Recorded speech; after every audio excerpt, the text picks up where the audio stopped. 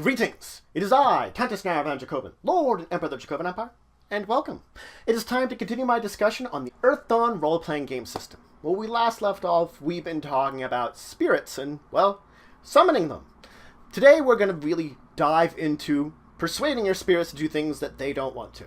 That's the majority of what we're going to talk about today, but let's talk about the two types of ways you can do that now. First off, you can persuade your spirit. If you want to, you can attempt to make a persuasive check, basically a charisma test against the spirit's social defense. If you are successful, of course, then you're convincing it to go along with what you said. You've basically convinced it that it wants to follow along with your suggestion, or it's willing to give you more services. Now, if you are an adept with the summoning talent, then you can actually make a charisma-based half-magic test instead of a normal charisma test in order to attempt to convince the spirit.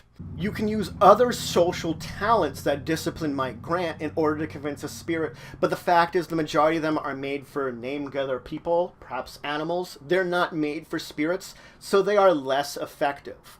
Normally, when you use one of these types of tests, you have to make a higher than normal result against the spirit's social defense.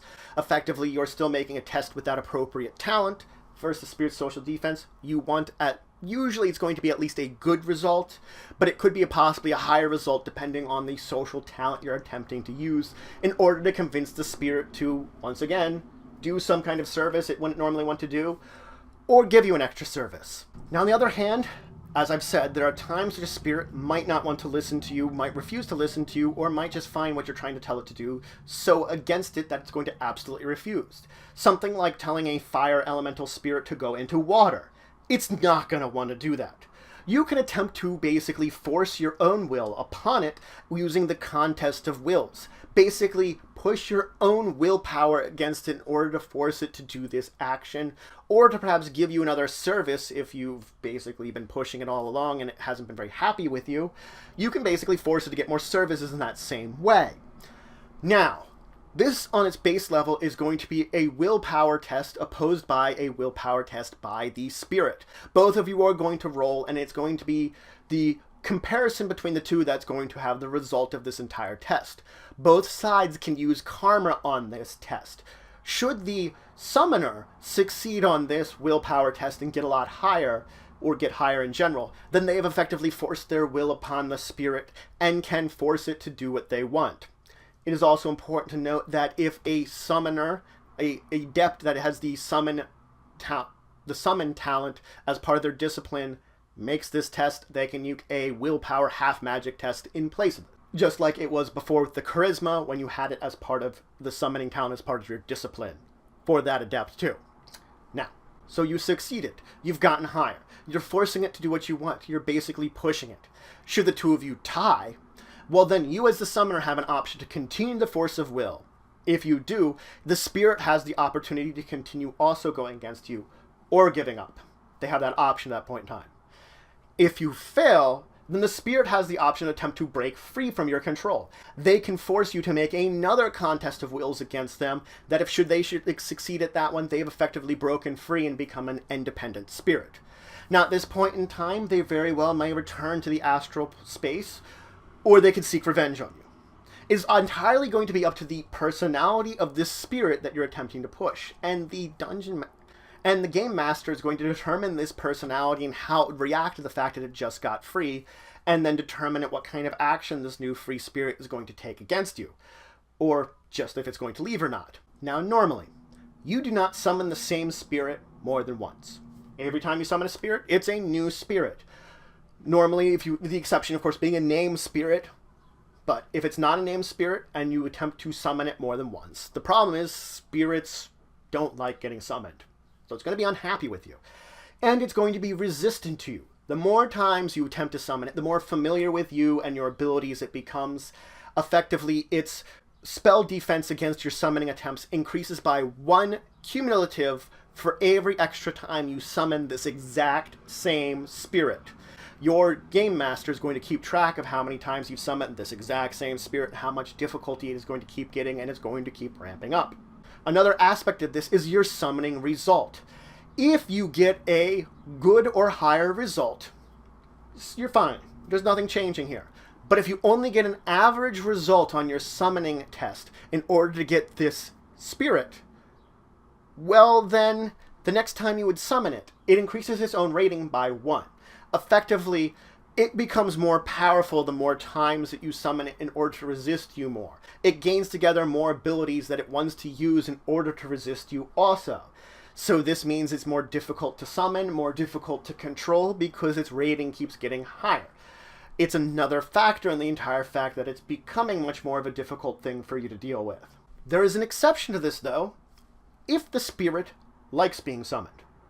Now, for whatever reason, if you have a spirit and you're summoning it, it has a good time, it enjoys itself, it likes what you're doing with it and how you're using it, it basically wants to continually being summoned by you, these rules don't apply. It doesn't have any changes. You get the same one over and over again. As long as it keeps in that mood of wanting to be summoned by you or liking to be summoned, it's going to. Now, let's talk about banishing a spirit, because elemental ally and name spirits can of course be banished. You can send them back to astral space. Now, an adept with the summoner talent can use a banishing test, which is effectively a summoning talent test, with a difficulty equal to the spirit's spell defense. If they are successful, they have banished that spirit back into its astral home that it originally came from. Effectively, you have sent it away from this location. Traditionally, you can only use this on a type of spirit that you could summon in the first place. The exception being if you manage to get an exceptional result on this test, you can banish any type of spirits, even ones that you would not normally be able to summon. So you can attempt it with any kind of spirit that can be banished. It's just that you might not be successful if you can't summon it in the first place. You cannot use this on horrors or horror crafts. It is important to note that banishing triggers the effects of dangers of summoning, which I'm going to talk about in the next episode. And the fact is, regardless of whether a spirit wanted to be here in the first place or not, they actually usually take offense to banishing, so there could be a chance in time where that spirit attempts to come back and get some kind of revenge on you because you banished it. Because regardless if it actually wanted to be here, it's also really offensive for you to basically force it away. You're still forcing it to do something that it's probably not going to be happy about you doing it at that point in time. So, that's it for today. I talked more about spirits, of course. First, I talked about convincing a spirit to do something it doesn't generally want to do, or giving you more services beyond what you earned when you originally summoned it. The fact is that a spirit that you've summoned, you can attempt to persuade it using some kind of social materials, or you could just try to use pure willpower and force it to do things. Forcing it might get it angry at you, and it might then go against you, but this is a matter of what kind of abilities you have and what abilities you want to attempt to do when it comes to negotiating with the spirit that you have. Both are viable options.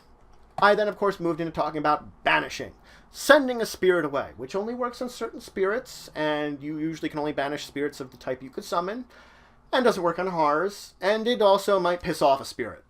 But you could banish a spirit if you want to and send it back into astral space. In the next episode, I'm going to finish talking about summoning with, of course, the dangers of summoning and summoning name spirits, and I will then move into talking about combat. But if you have any questions, comments, anything you would say, anything you think I left out, please leave in the comments below. Please like, share, and subscribe. It's your support for the channel, the Empire, the work I do. If you want to show some extra support, you can always check out my Patreon, link in the description below. But regardless, until the next time, I bid you farewell.